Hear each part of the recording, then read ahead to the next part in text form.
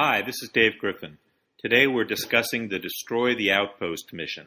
This is essentially the original show's Balance of Terror episode, which is a fan favorite.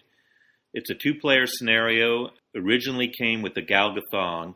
It pits a Romulan bird of prey, either the Gal Gath'thong or the Vor or the generic, against one 45-point Federation ship.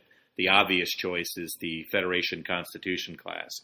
There are two objective tokens. Both represent Federation outposts, which have 3 hull and nothing else. So they're there just as objectives for the Romulans. There are special rules that the Federation ship, if it is at range 1 of an outpost being shot, can take as much of that damage as it likes onto its own shields to the limit of its own shields. This can be useful if the Romulan goes for destroying the outpost as a scenario choice. In fact, on the Federation side, the objectives are simple: to destroy the Romulan bird of prey. On the Romulan side, they have 2 options. They can either try to destroy the Constitution-class ship, or they can go for the outposts and then escape through their own entrance area.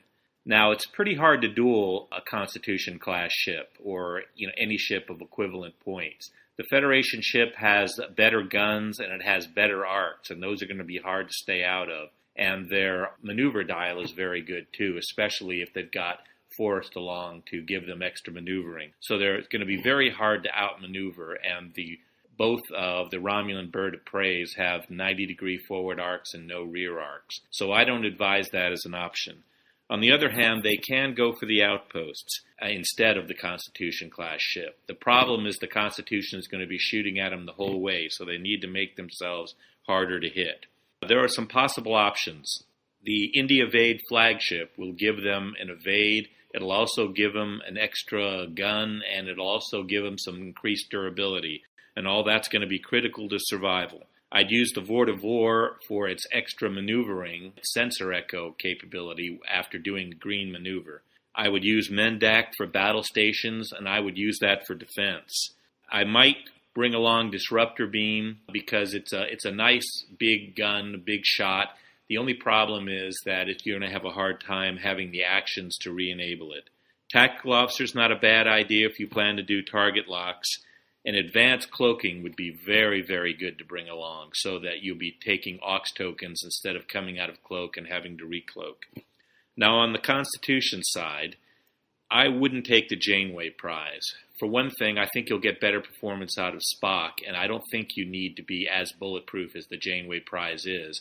And it's kind of unfair anyway because it kind of makes you unshootable. I would take Spock as the captain, and I would bring along Voltaine. The two of them together are a very good combination. I'd go for Admiral Forrest for some increased maneuverability, though at the cost of an action. And if you've got the Hood, Type 8 phasers and a system upgrade are almost too good. So the problem with this scenario is that at this point the Federation has a lot better toys. I don't think it balances very well as it currently is written. To make it balanced, to make it play so that both sides have about an even chance of winning, I would subtract 5 to 10 points from the Federation side and deny them resources while allowing resources for the Romulans. I think if you do that, you'll get a fairly even battle, but you'll have to experiment. I think this is worth playing. I always like scenarios that model the original episodes or movies, and I'd rate it 3.5 out of 5.